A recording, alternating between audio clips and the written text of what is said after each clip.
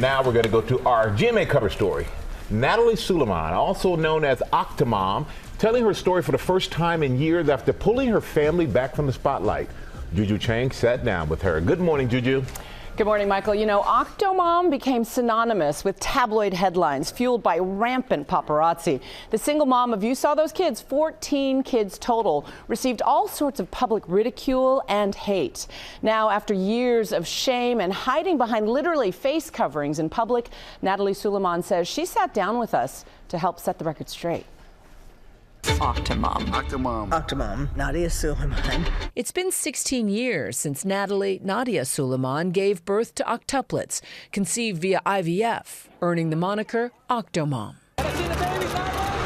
The single mother from California, who already had 6 other young children at home, faced withering criticism after it was revealed she received government assistance to support them. How are you? I'm well. How are you? Good. Thank you so much. It's a pleasure to meet you. Now, after nearly a decade avoiding the spotlight, she's back with a new Lifetime movie she co-executive produced and a 6-part docuseries featuring all 14 of her children. I've been waiting a very, very long time to tell my true story, and I believe the world is ready to hear it. Why is now, for you, the right time to come back into the spotlight and bring your kids into the spotlight? My whole family wants us to share our truth, to take our narrative back. My young ones are 16, and they've been urging me, strongly encouraging me, for years to share my truth. What are the things that you think the public got wrong? There's so many. But number one, I would say that I wanted fame. I am beyond introverted. I'm shy, painfully shy. My goal in life was to earn my PhD in psychology, never be in the public eye, let alone famous. Infamous, even worse. And yet, I think the biggest question that loomed large then, and I think perhaps even now, is that when you had 6 kids, right, as a single mom, right, and no job, right, why go and have more? Right. I go into details, so many details as to the ulterior motive for wanting one more, but I never wanted 8.